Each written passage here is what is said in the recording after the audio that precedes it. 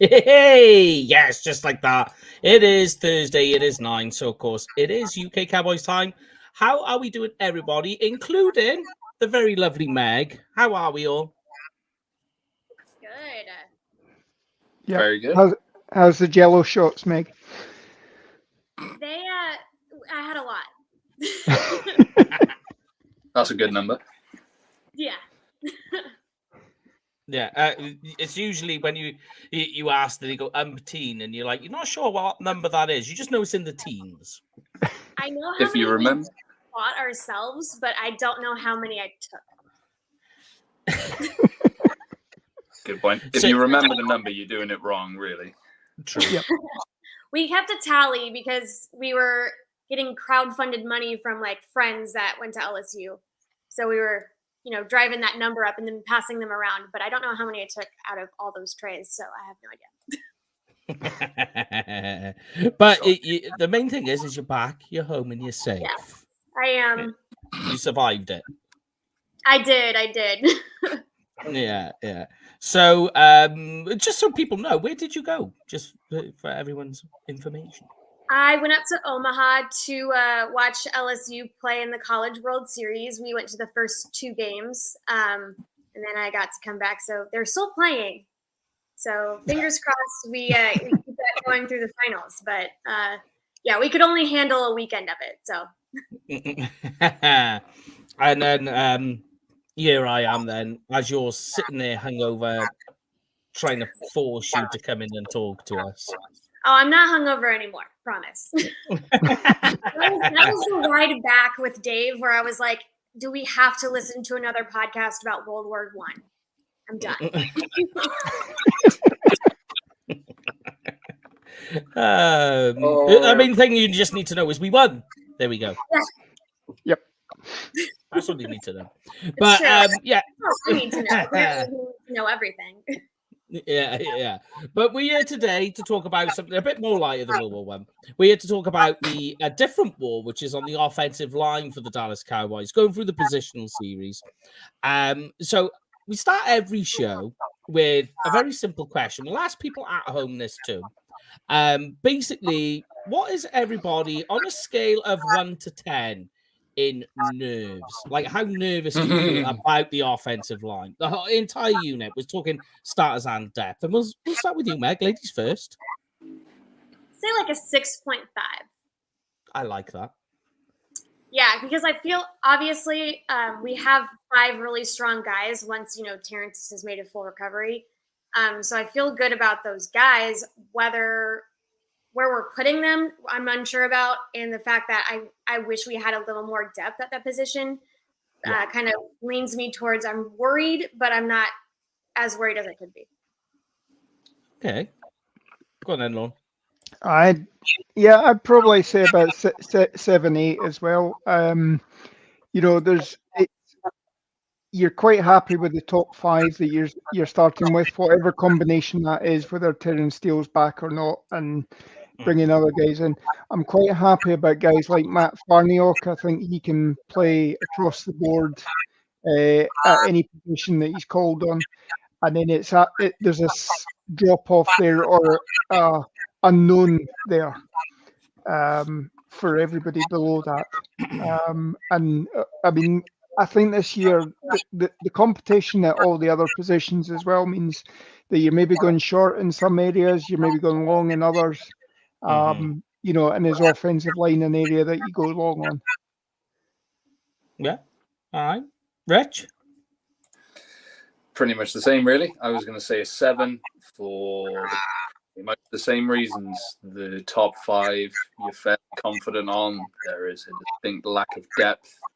That makes me nervous, given who some of your top 5 are in the recent history. But maybe we'll get lucky. You never know. And just for the viewers on Twitter, just some information that there's something going on at the moment over on Twitter. So our broadcasters know. We'll get it over to everyone over there in a minute. Don't know what's going on there. Seems to be a bit of craziness going on. But Twitter has bugs recently with like all spaces and everything as well. So yeah, it's going all over the shop. So We'll try and do something a bit different. But I think, I don't know, because me and Paul were talking about this yesterday, and Paul still may actually join us, so keep an eye out for him. If it's something like that, he'll turn up about half hour in, and he'd be like, sorry, I fell asleep. So he's going through some nap phase at the moment. But what we was talking about yesterday, and tell me whether you think this is right, Meg. With the offensive line, I don't think that it is what the starting five are at the start of the season isn't really sort of a question. It's how it looks halfway in or 3/4 into the season. I think that's where everybody's questions and concern is. Would you agree? I would agree to an extent, but it really depends on where you end up slating Tyron Smith to start the season, because he's going to be your wild card, where we are pretty sure we're not going to have him for the entirety of the season. That's just kind of like how it goes these days with him. Whether it depends on where you stick him. If you stick him at tackle, left tackle, like, then, you can swing someone over there, but you need to have your 5 best. And if someone's having great success where they're at when he goes out, like, how do you remedy that situation? So for both, that worries me. It's the Tyron Smith factor. Yeah. Go on, Lorne. I know you got quite a lot to say on this. Yeah, I completely agree. Tyron Smith, the X factor in this. I mean, obviously this year he's on a performance-based contract that, he'll want to try and play as many games as possible, as many snaps, so they can escalate his salary this year. I mean, he's $3 million base, I think, and then he gets an extra $1 million every time he plays over 50%, up to 95%. So, and then gets more if we get to various stages of the playoffs as well. So, you could just see that, as far as the salary cap goes, he'll do everything he can to cost as much for Dallas as possible. But at some point he's going to go down, and then it's a case of how can Tyler Smith adapt to moving back out to tackle if he's playing guard or whatever lineup that we're going with. And the last thing you want is multiple lineups each week. So we want to be fairly steady in this. Yeah. Go on, Rich. Well, give us your take. I know you've always got plenty of what you want to say on the offensive line. Give us your Tyron Smith take then. How you feel about this? Oh, I'm worried. It's the accident waiting to happen, basically. I mean, we've all seen recent history with him, unfortunately. You're fairly confident you'd probably bet a large amount of money if you were such a person on the fact he wouldn't play a full season. That's not really conducive to what you ultimately want in having your best 5 players constantly out there every snap, week in, week out. And again, that hurts the rotation. It hurts everyone else in different ways. It hurts younger players in terms of their development because they're constantly being made to move around. It hurts other aspects of the game because everything flows from there. It's not great. The fact that we're sat here in almost July, so training camp season almost, and we don't know what our setup is. We don't know what the situation is at left guard, really, is not great. And a large part of that, unfortunately, is the reliability of Tyron Smith. As much as I love him, genuinely love the guy, having never met him, he's an absolute baller. And you got to have him there. But yeah, it's an issue. Yeah, because I don't think there's any doubt, is there, really, that Tyron Smith is. I don't know if you guys have got a different take on this, but Tyron Smith, I think, is still a solid starting left tackle in the league. Yeah, an 80% Tyron Smith is still 10%, 20% better than a lot of other people in this league. That's, I think, is a fair comment. It's one I've heard mentioned or something similar by other people far more knowledgeable than me, and I wholeheartedly agree with it. Yeah. I think that there was a slight question mark, though, in some of the practices last year in training camp, where you were hearing things that guys like Dorrance Armstrong were actually managing to get past Tyron Smith. Now, is that a case that Dorrance Armstrong's got that much better that he's able to counteract a lot of things that Tyron Smith does, or is it a case that Tyron Smith is going backwards a little bit, which you'd expect at this stage of his career? That he'd lose a step or whatever. But I mean, yeah, I think he's certainly serviceable at the moment until we see otherwise. The question you've got this year as well about this whole offensive line again is you've got new coaching staff in.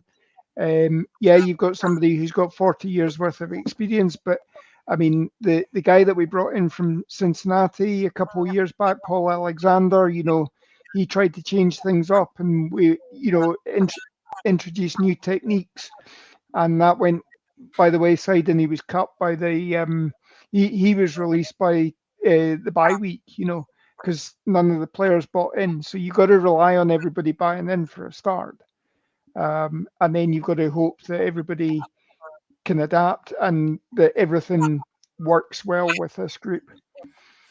Yeah, I think you brought up a good point when you mentioned Dorrance Armstrong, being able to best him at times in practice. I think when the whole Randy Gregory thing happened, I, for one, was very upset about it. But, they were very confident that he was going to be able to make that jump up to the next level and play on the same plane that Randy Gregory plays at.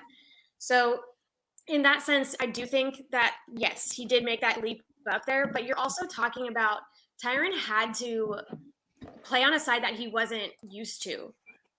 So he's also like developing the right side techniques and all that stuff too. So I think there's a little ebb and flow with that. Like, two things are true at once. He might be a little off kilter, and also Dorrance may have also just gotten a lot better. But this was in training camp that you were hearing that, when Tyron was still projected as a starter at left tackle, hadn't gone down with the injury, that, Dorrance Armstrong and other guys who were lower down on the roster were actually getting past him, which was unheard of in previous years. So I missed your training camp thing, but I thought you were talking about later in the season. Yep. So, but that is a good point. I mean, I think also when you think about training camp, you're talking about when the vets, they don't go all out in training camp, so that could also be a factor too. But yeah, this is the thing. They've always said exactly like Meg just said. They don't go typically all out. It's generally harder for them to do their job as well as linemen when you're trying to limit contact. But the main thing that counters that for me, the concern there in terms of him taking a step back, is during the season, I was never really greatly worried about him and his performances when he was playing. There was never any real concern there for me. Like when it mattered, when the game was there being played, never felt like a liability. Like this isn't really Tyron. Like I didn't come out the season feeling that. It came out the season feeling this is unfortunately the same again. He wasn't there the whole time. Yeah. I think though, Tyron Smith, do you think perhaps maybe he sees the writing on the wall in terms of all of this that's happened? Because 2015 was the last time he played a full season, and that he wants to stay as the Cowboys left tackle. And what you saw with him with this contract that he did, I think is a good testament to that. I think he realizes that. I don't know what you guys think, but I just think that that's where the road that he sees himself going down, and he wants to stay a Cowboy.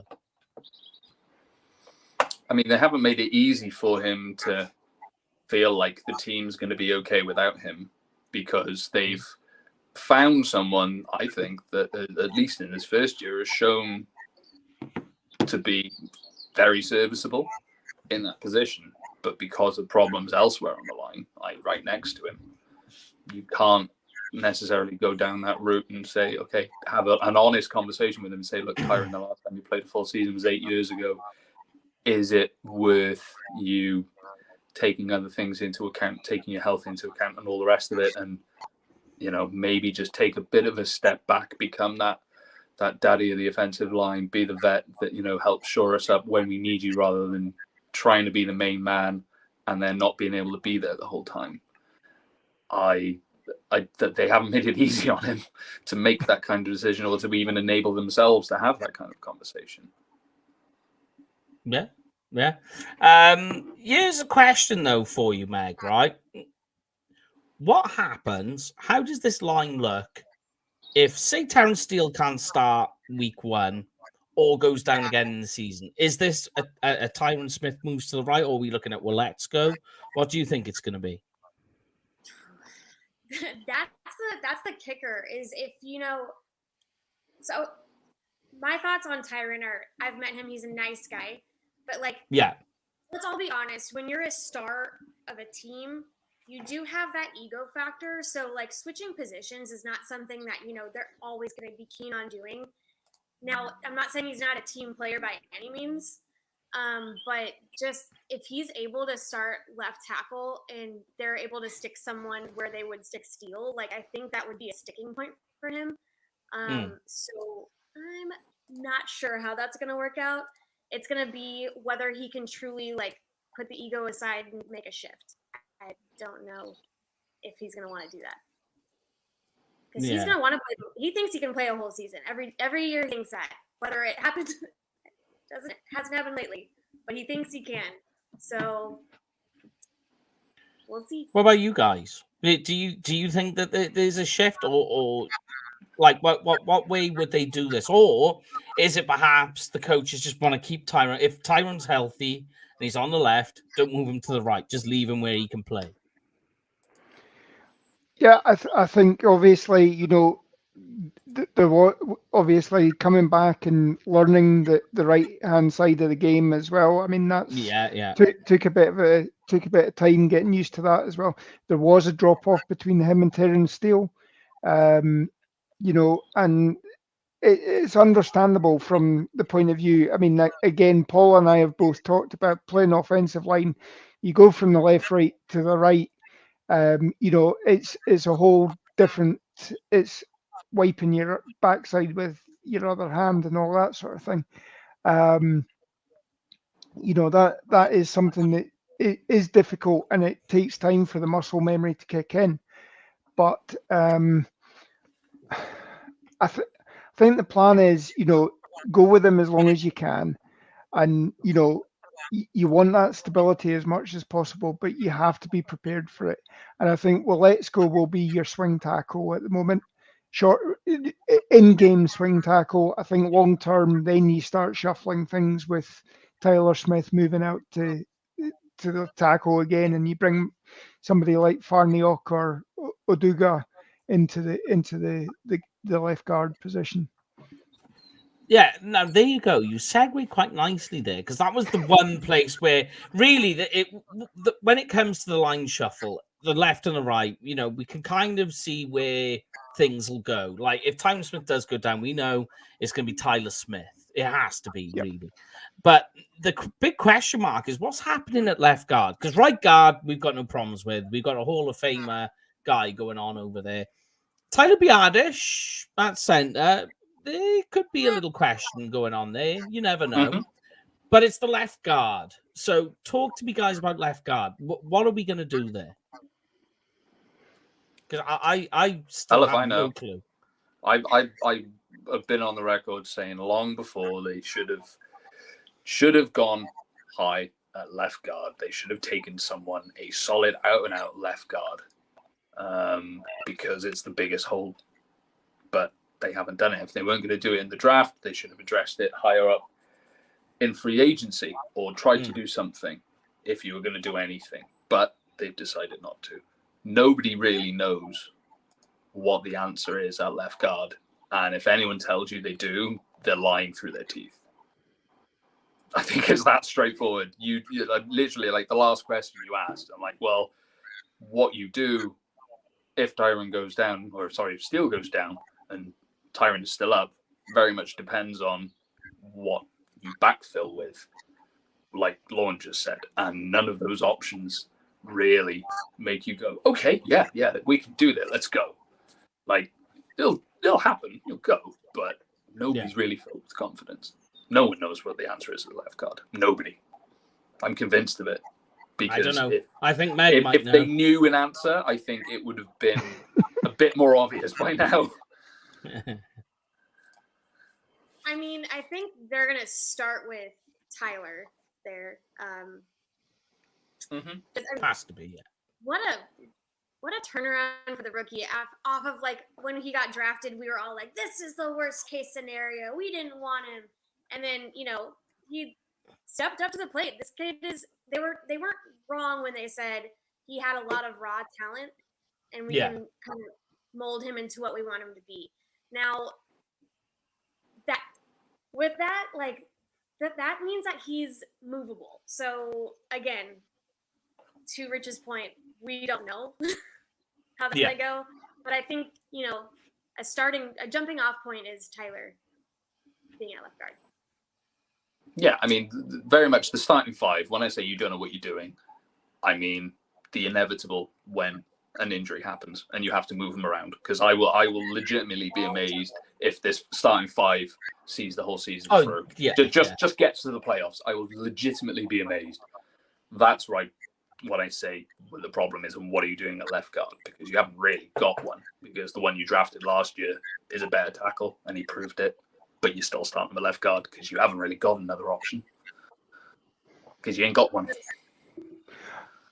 I think they're quite positive on Matt Farniok. I mean, obviously when McGovern went down in the week one against Tampa and you've got guys like Vita Vea, etc.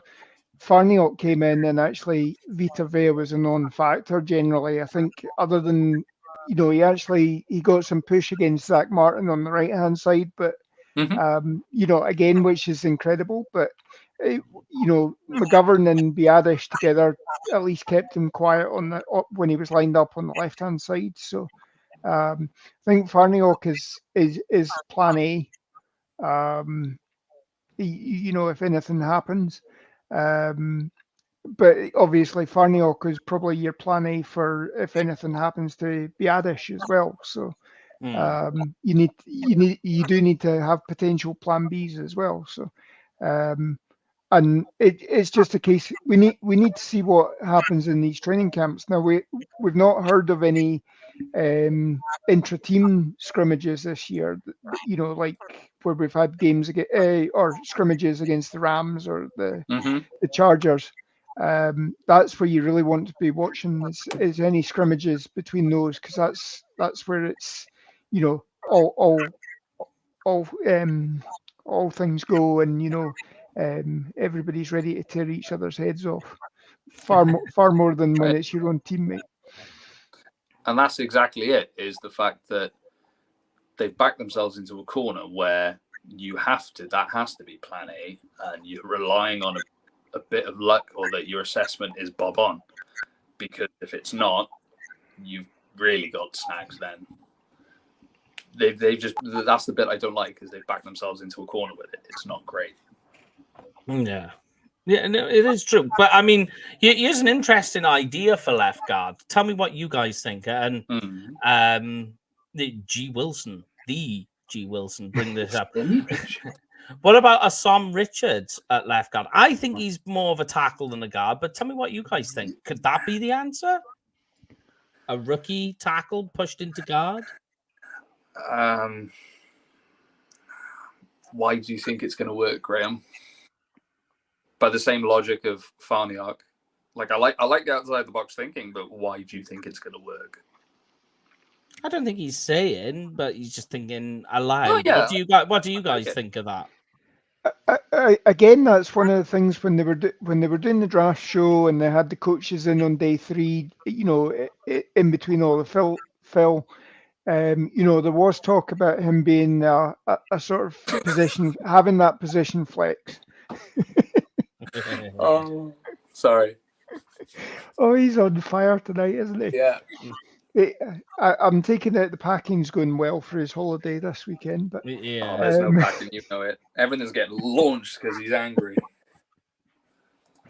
But yeah, I mean, there was talk of position flex with him as well. I mean, as they're talking with everybody that's not the starting five guys, they want this position flex. But position flex is all very well and good when there is a problem along the line and you need to plug somebody in. But you really need guys that are actually focused on one position at a time, so that they can just focus on that, not think, oh well, wait a minute, if I go into tackle or whatever, I've got to play this way. Or, but I mean, I think the one aspect as well that Mike Solari, during his time at Seattle as well, he's managed to piece together an offensive line to keep Russell Wilson relatively clean, from relatively little investment in draft capital or free agency. So, and you don't hang around in this league for over 40 years if you've not got that capability. Sure. Yeah. So I mean, there, that might surprise you. Might see this offensive line being an absolute force this year. I mean, to your point, I think, when they were drafting these guys, I think they did look at guys that were able to make, or that had position flex. And I think if they see qualities in him where he's a little more malleable, the way, they saw Tyler Smith when he was coming in, maybe they try him out and see what happens and see if they're comfortable with it. But yeah, that's going to be a trial and error thing. And I think that's kind of a little bit how I feel about the entire offense going into training camp, which is going to make it really interesting to watch. Yeah, because I think the battles are important. That is a big one, but I think somebody that's been completely overlooked, because people are saying, like Graham, they're saying about some Richards. I think somebody who's completely overlooked purely because he hasn't been on this team and the injury history is, and you already mentioned him, Lorne, is Chuma Edoga. I actually think that when they went out and they picked this guy, because he was kind of on the Cowboys radar last year when there was some issues with trying to find people to fill spots, and we were one player away from Josh Ball starting. But yeah, and we'll get to him in a moment. But they kind of looked at Edoga, and then they bring him in before the draft, and people are like, well, he's a placeholder, he's safety valve for sorry, there's sausage rolls about to catch fire in my kitchen. That's a drop. Yeah. I'll keep that one. I'll save that one. Along with Paul's one in our group chat. But but I think that he was a placeholder before the draft. But I think they were looking at it, especially when you look at the way that they drafted, where they were going, is this guy going to be better than Edoga, or does he provide more than what Adoga's got in terms of what else we could have? And I actually think that they're feeling quite confident that he could be the guy. I see the way that they looked at it, they kind of just went, but okay, we'll keep going on with Edoga. We brought him in, let's go with that. What are your thoughts on Edoga, Meg? I don't know too much about him, honestly. So you guys are the draft. Spent a lot of time on IR. Yes. So I don't know too much about him. I'm not gonna lie to you. But anything is I'll try anything at this point, I think. Yeah. So because I mean, just to give you an example, literally through college, injured, a lot of time on injured reserve, done the same because the Jets has issues, but he's not a bad player. He's actually quite good. It's just that he can never stay healthy, and availability is the best ability a player can have. But Lord, I know you've spoken about him. Your thoughts that he could actually be the starter in this particular case? I think he could. I mean, he certainly has a better pedigree than some of the guys that we brought in recent years, the Flemings, the Irvings, or whatever that you've brought in.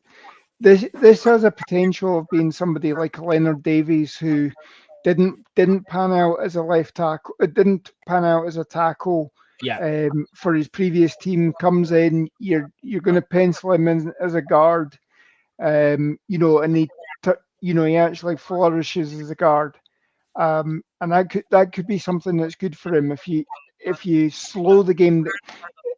There's talk that playing inside you got to be faster with your hands and everything like that, but you're not having to, unless you're pulling, you're not having to be as speedy with your feet, and that actually can slow the game down for a lot of people, and that can actually be a benefit to some people.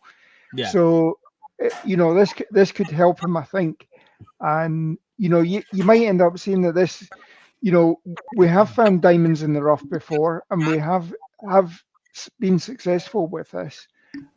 So could this be the next coming of a sort of Leonard Davies character? And again, it pushes this offensive line into the next stratosphere.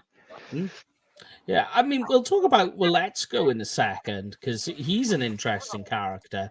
But I got a question for Meg on this one because you probably know more about this than all of us. But Solari is more of a guy that maintains and develops players. Is that a genuine narrative that goes with him, and is it a concern? I don't think that's a problem. Just given like the team around him, he's just kind of the leader of that pack. So there's going to be more people underneath him that I think will be more hands-on than him. The developers, okay. Yeah, so that doesn't concern me too much. Plus, that kind of seems to be the thing that Mike is doing with these like overhead positions. So I'm interested to see how all of that, how everything goes hands-on when they get out there. I always say personally, and I think me and you have spoken about this before, Meg, that for offensive linemen, it's more in the off season. So what's happened between when the Super Bowl finishes and really up to about now, before camp starts, is when you want to develop an offensive lineman. When the offensive lineman needs to do the most of his development, because once you get to camp, then you're just implementing everything you've done to try and maintain and keep your job, basically. That's what I feel. Coming up on Duke Manyweather's camp, so yeah, I think that'll be like a big to watch. And heads up, if you need someone to come on to talk about that, I have a person for you. Oh, okay. I'll have to get the details on that because we do like a lot of offensive line talk over here. It's yeah, her name's Carmen. She's a badass, and she's going to be at that camp, so she'll be very on the ground for you. Nice. Okay, I'll get the details on that one from you. Very much. See, come on, we talk and we network at the same time. Passing names around. That's what it's all about. But okay, let's talk about Let's-Go then, because last year we seen the man mountain that was Let's-Go, but it was only for a short period of time, and we lost him unfortunately to a nasty shoulder injury, placed him on IR. Some people keep saying, and this is really a very big point, I feel, for how this line is going to operate. That people are saying, is Let's-Go the swing tackle? And I disagree with it. I think he's the backup right tackle. That's my thought. So you keep Tyron Smith on the left. If Steele was to go down, Let's-Go plays right. If Tyron Smith goes down, Tyler Smith is your left tackle. So I don't think there's a swing tackle this year. It's more Let's-Go's the backup right tackle. Do you guys feel the same way, or is there somebody else you think, or is there a swing tackle?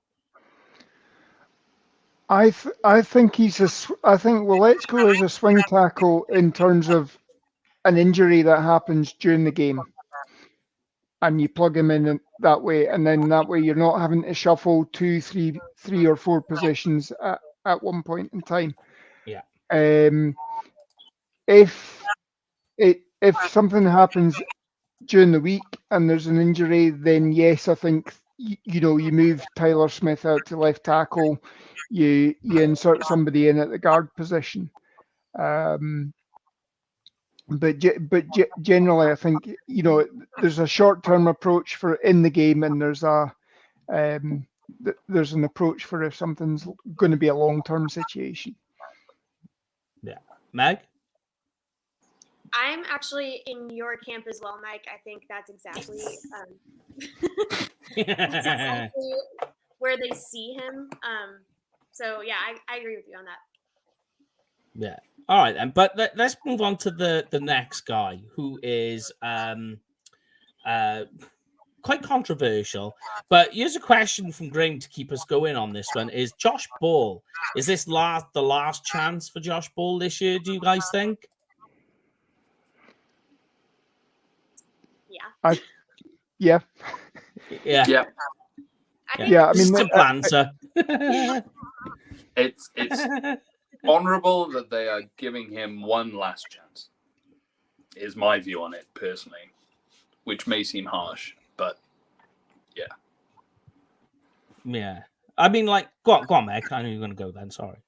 Oh, I mean, I feel like they feel like they have to stick him in there, and we all just groan the second it happens. But if you think about it, we kind of did that with Terrence Steele at one point. So yeah, we'll give true. this guy another shot and see what happens. Yeah. I mean, go on, Mo. Go on. Well, I was going to say, I mean, I think last year, or obviously his rookie year, he went down injured in training camp, long-term injured, and never really got on the team to practice properly. Last year was more of his rookie year as a result of that. Give him the benefit of the doubt. He wasn't, yes, they replaced him in the Houston game when he came in, so that they could finish that drive off. But he wasn't particular. There was a couple of plays that he had bad plays, but I think across the board, the plays that he played in, he wasn't terrible. But again, they're just wanting to weigh everything up, and this should be his year where he's built himself up in the weight room. He should be ready to show everything this year. And he's got a new coaching staff, he's got a new offensive lineman coach to actually impress. He's he's not having to battle the suppositions about him from previous years. He can go in fresh with that. But they are looking at this being his last year. Yeah. Do you guys give much credit to the idea or thought of him being an inside offensive lineman?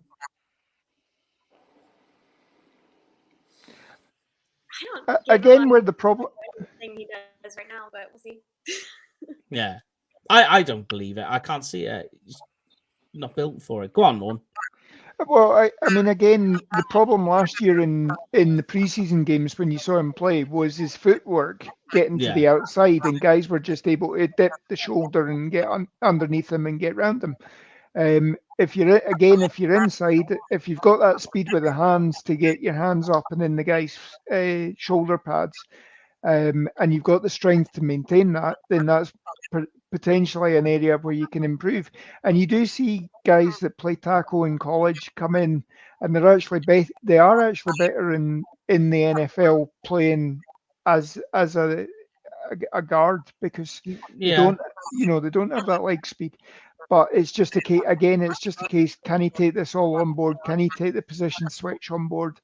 And can he compete this year? I just don't think he's. I can't see him being that guard either. He doesn't seem to have the body type for it. Is what I look at when you see Josh Ball. But another offensive lineman on the inside, right? And I'm going to ask Meg this one. Matt Farniok. People keep saying, oh, he could be the left guard. I'm actually thinking, what if he beats this year Tyler Biadasz out of the center job? You're wild for that. I know. I like to be hot takey.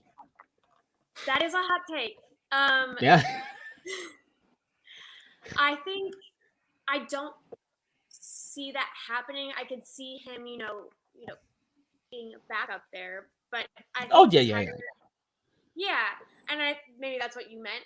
But I just Oh think no, Tyler. I was meaning started to beat him out.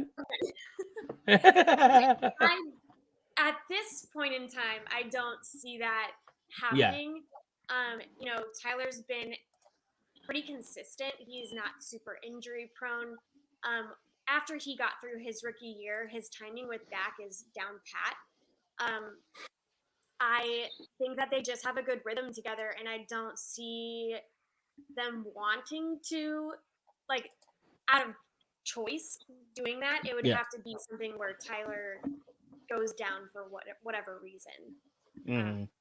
But I think he's earned his spot as center. So True. He did make the Pro Bowl last year, and when you look at Biadish, each consecutive, and I'm flopping here, but I like to go both ways. I like to argue my own point. But you think when you look at Biadish, first year obviously he's stuck waiting behind Joe Looney. So his second year in is his first year, is really his rookie year. It did look raw. Next year, then he's looking much better, and he seems to be coming along. And all of a sudden, then he's making the Pro Bowl. So you're seeing that incremental progression, if you like. So really, this year is the year you want to pay the most attention, I feel, to it.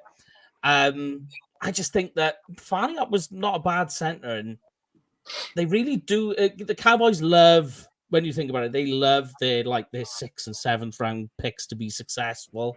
So I just wonder what they'll do in that respect. Or is it just a case of, if they're pushing Tyler Smith to left tackle, Farniok is your starting left guard? Is that the way it goes? More than likely. I know they like him a lot. Yeah. So I think that is something where he's probably first man up, depending on the position, if it's inside. Yeah. But yeah, I don't think he'll take Tyler's spot. But I see your point there. I think he could, be the next guy you tap in on the inside. Yeah, I think at this stage, and correct me if I'm wrong, if you guys see it another way, that the left guard position right now, it's Tyler Smith. Behind that, then, it's a 1-2 battle with Farniok and Adoga.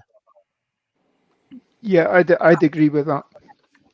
Yeah, that has to be the way it's going. But apart from that, the other guys on the list I was going to look at and just get your guys' thoughts on any of them. I mean, we can talk about Zach Martin, but Zach Martin is he's too easy to talk about. I was having a look. Do you know there are offensive linemen in the Hall of Fame with less Pro Bowls and All-Pro nominations than Zach Martin?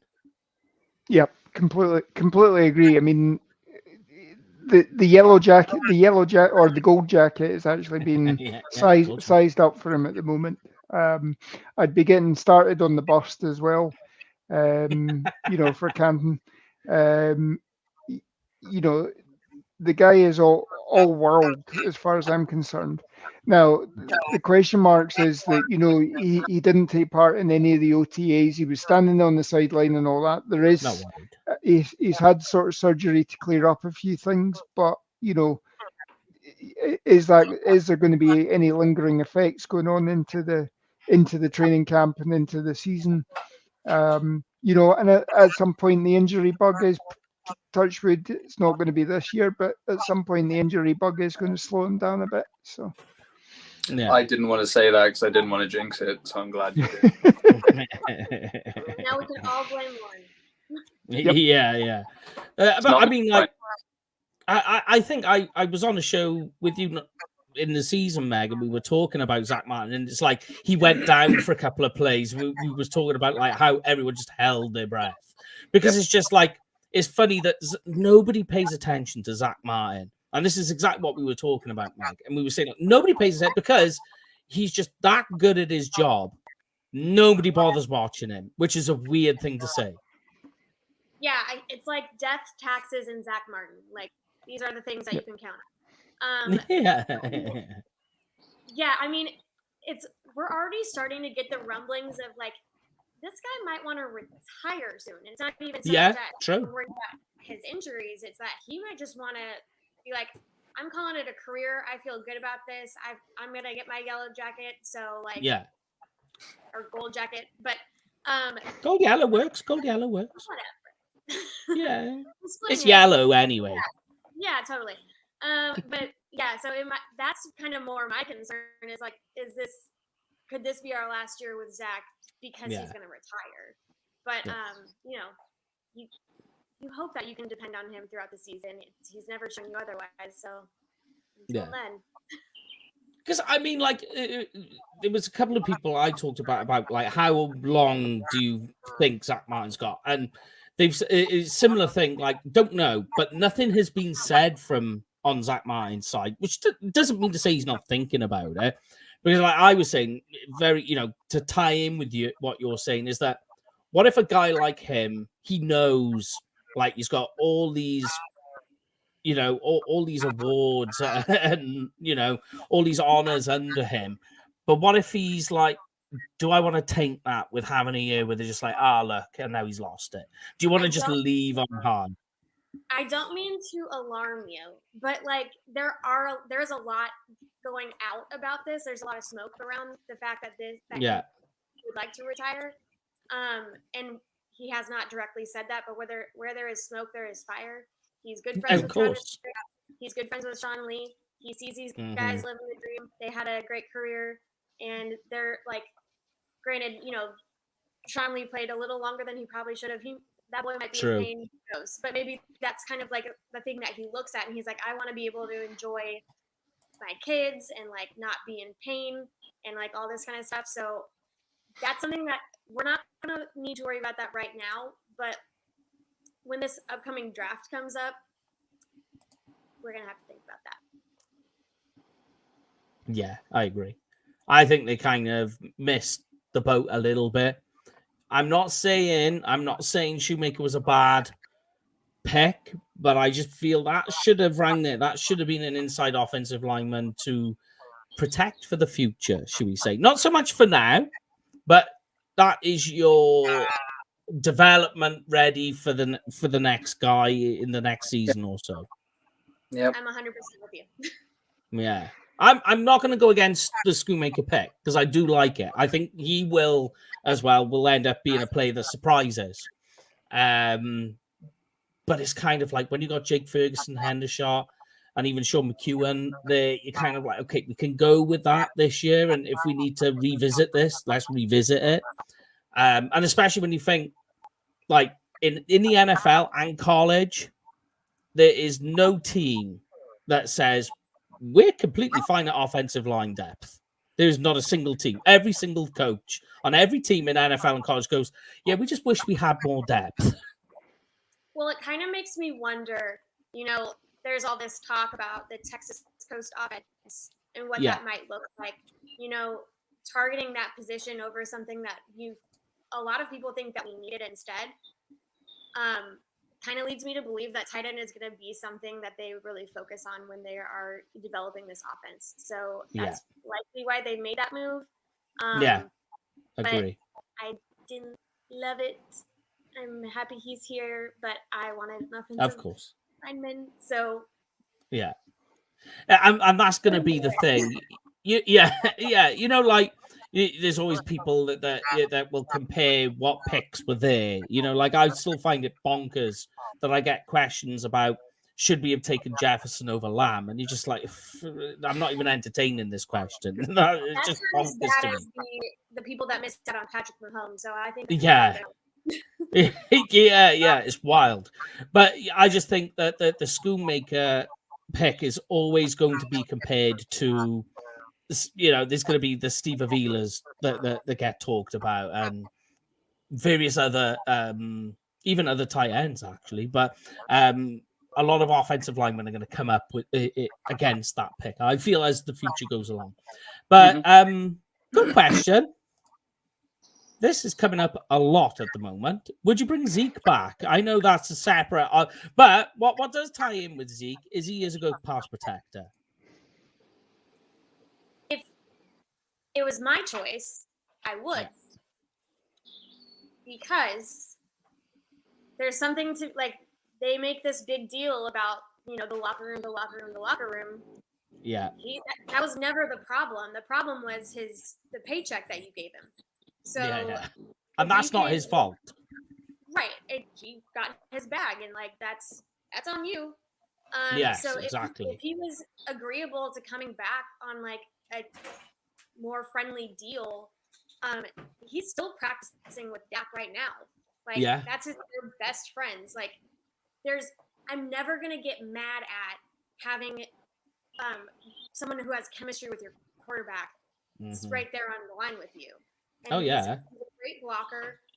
If you want to split hairs here, like give Tony more touches. He's running back 1 and he's running back 2. Like I'm fine with that. That's something that you can work out on the field, but I think he would be good to come back if you could make it work. Yeah. And do you know what I think a little bit of the narrative is with Zeke is that there's a bit of the fantasy football going on with it. That he disappointed so many fantasy football players that because that's all people care about. That's all they look at sometimes is what was your final fantasy points scored per game? That's bad. So it must mean he's a bad player. Yeah. Well, they don't give you points for blocking, so exactly. Yeah, there's a lot more to it. When your O-line is questionable. Yeah. He's a helpful guy there, but there is news he might be going to the Patriots. I don't know though because he seems like a Bill Belichick type guy, but I feel like he's more the Bill Belichick type guy in his early years. I know that's an odd thing to say, but in terms of like you know what the Patriots are like, and Bill Belichick with his running back core, it's always like a mismatch of what have you put together there? I would actually I think he would be perfect there. I do too. Yeah. I think not just because of where he's at in his career. Like, so I obviously follow LSU, but I grew up as a Nebraska Huskers fan. Rex Burkhead was drafted with the Cincinnati Bengals, and then he was traded to the Patriots. He was kind of like a third stringer when he was, on the Bengals, and then he was like a big part of their offense when they were, making these pushes for the Super Bowl. So, I agree. I wish he would go somewhere too. Yeah, and it just ends the question. Him going to the Patriots would be good for his career. Probably the best move he could make being under Bill Belichick. So, yeah, and you think as well about. And think about that offensive line as well at New England. It could do with a guy like Zeke helping out back there. Yeah. But just to finish on the offensive lineman, we've obviously still got guys like Alec Lindstrom. We've got TJ Bass as well back there. Any of these guys interest you at all that you think could make a push? I mean, I quite like Big Earl Bostic. Any of those guys you think are going to be taking snaps this year? Well, I hope they aren't taking snaps, but I'd like to. TJ Bass interests me. I mean, most people at least had a draftable grade for him, even if it was sort of 5th, 6th, 7th round picks that you were talking about. But to snap him up for a undrafted free agent, I mean that's maybe going to be a surprise. I like what he brings. He's got a meanness. And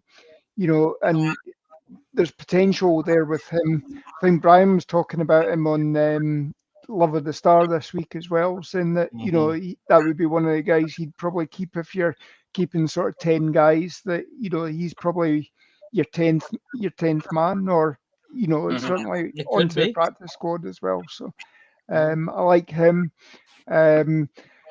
Lindstrom.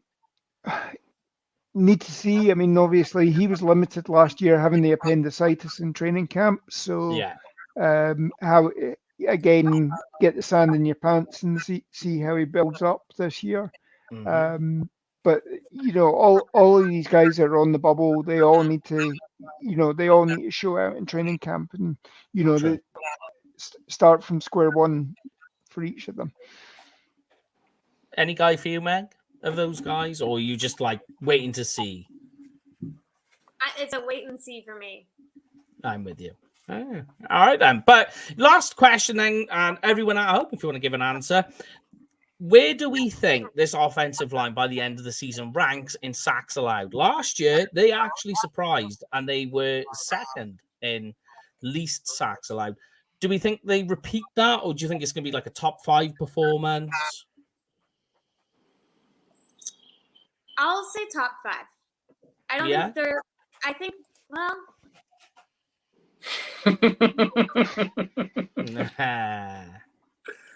This is what the uncertainty does. Yeah. And just like I was just saying, the Zeke piece missing is kind of crucial to me. I want to see if those running backs can block. I've got one for you on this if you want to keep it. Last year in run blocking grade, Tony Pollard was above Zeke. Slay. Okay. Check it on PFF. That's real? It's a real thing. I can be convinced into top 5. Top 5? Yeah. What about you, Lorne? Yeah, top 10 certainly. I think any time you've got more than one Pro Bowler on the offensive line,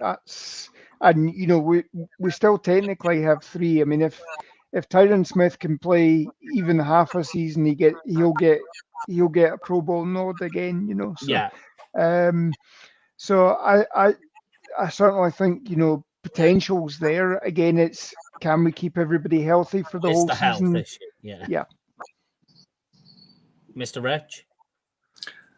I'm leaning towards just nipping inside the top 5 because I don't. My gut just says they may fall a bit, but I don't think it'll fall that much. Labarsky made a very good point there, which is one of the main ones of the scheme and the quickness there will help in that, guarding against that.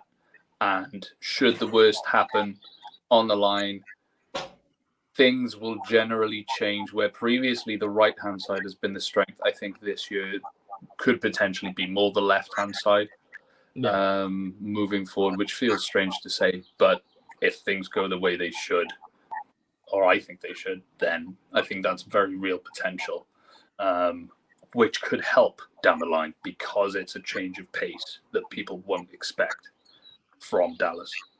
I think they'll just nip it inside the top 5. There's potential they could not budge at all, but if they do drop, I don't think they go outside the top 5. If they do, it'll be 5, 6, that kind of region. If